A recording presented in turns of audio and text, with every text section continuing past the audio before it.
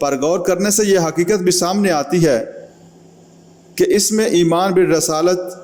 توقیر و تعظیم رسول صلی اللہ علیہ وآلہ وسلم اور نصرت رسول صلی اللہ علیہ وآلہ وسلم یعنی نبی اکرم صلی اللہ علیہ وآلہ وسلم سے ہمارے تعلق کی ان تینوں بنیادوں کا بھی پوری طرح احاطہ کر لیا گیا ہے۔ سامعین، جو شروع میں بیان کی اور اسی طرح عمل اور اس روش کو اللہ تعالیٰ نے فوز و فلاح کا ضامن قرار دیا ہے۔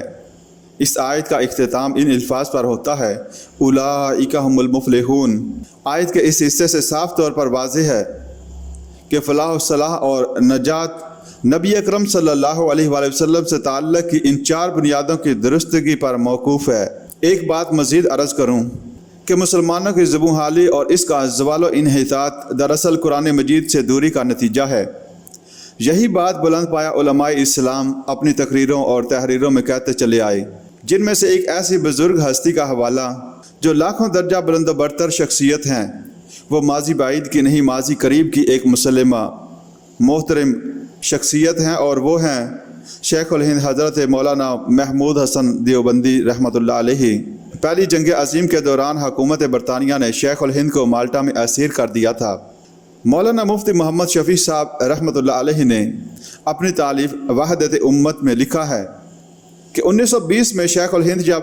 اسارت مالٹا سے واپس آئے تو ایک دن دارالعلوم دیوبند کے اکابر اور علماء کو جمع کیا اور فرمایا، میں نے جہاں تک جیل کی تنہائیوں میں اس پر غور کیا کہ پوری دنیا میں مسلمان دینی اور دنیاوی ہر حیثیت سے کیوں تباہ ہو رہے ہیں، تو اس کے دو سبب معلوم ہوئے۔ ایک ان کا قرآن کو چھوڑ دینا، دوسرے آپس کے اختلافات اور خانہ جنگی۔ اس لیے میں وہیں سے یہ عزم لے کر آیا ہوں کہ اپنی باقی زندگی اس کام میں صرف کروں کہ قرآن کریم کو لفظاً اور معناً عام کیا جائے، بچوں کے لیے لفظی تعلیم کے مکاتب بستی بستی قائم کیے جائیں، بڑوں کو عوامی درس قرآن کی صورت میں اس کے معنی سے روشناس کرایا جائے، اور قرآنی تعلیمات پر عمل کے لیے انہیں آمادہ کیا جائے، اور مسلمانوں کے باہمی جنگ و جدل کو کسی قیمت پر برداشت نہ کیا جائے۔ سامعین، شیخ الہند کی تشخیص کو 100% صحیح سمجھتے ہوئے اور موجودہ تمام حالات کا تجزیہ کرنے کے بعد اس سے یہ نتیجہ نکلتا ہے کہ جو لوگ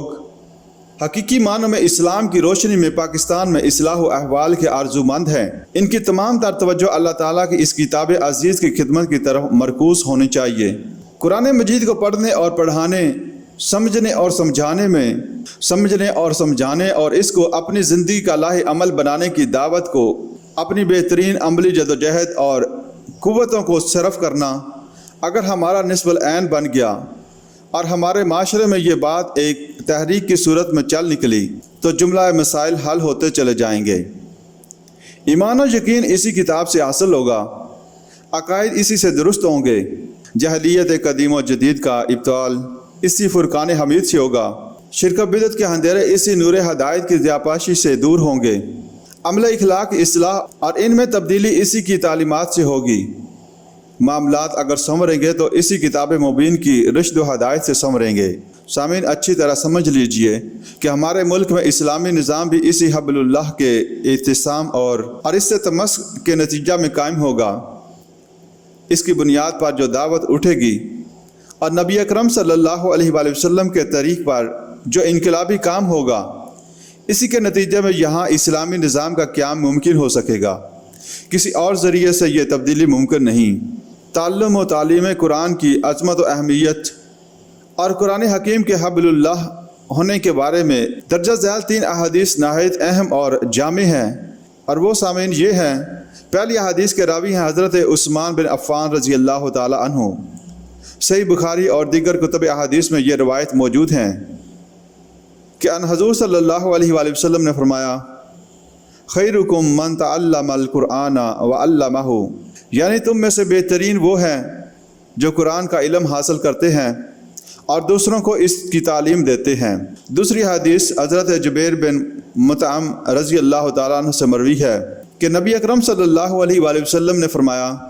کیا تم اس بات کی گواہی نہیں دیتے کہ اللہ کے سوا کوئی معبود نہیں، وہ تنہا ہے اور اس کے ساتھ کوئی شریک نہیں، اور یہ کہ میں اللہ کا رسول ہوں، اور یہ کہ قرآن اللہ کے پاس سے آیا ہے۔ ہم نے عرض کیا یقیناً تب آپ صلی اللہ علیہ وآلہ وسلم نے فرمایا بس تم خوشیاں مناؤ اس لیے کہ اس قرآن کا ایک سرا اللہ تعالیٰ کے ہاتھ میں ہے اور ایک سرا تمہارے ہاتھ میں، بس اسے مضبوطی سے تھامے رکھو۔ اگر تم نے ایسا کیا تو تم اس کے بعد نہ کبھی ہلاک ہوگے اور نہ کبھی گمراہ۔ اور تیسری حدیث کے راوی حضرت ابو سعید خدروی رضی اللہ تعالیٰ عنہ ہیں۔ وہ فرماتے ہیں کہ رسول اللہ صلی اللہ علیہ وآلہ وسلم نے فرمایا اللہ کی کتاب ہی اللہ کی ورثی ہے جو آسمان سے زمین تک پہنچی ہوئی ہے۔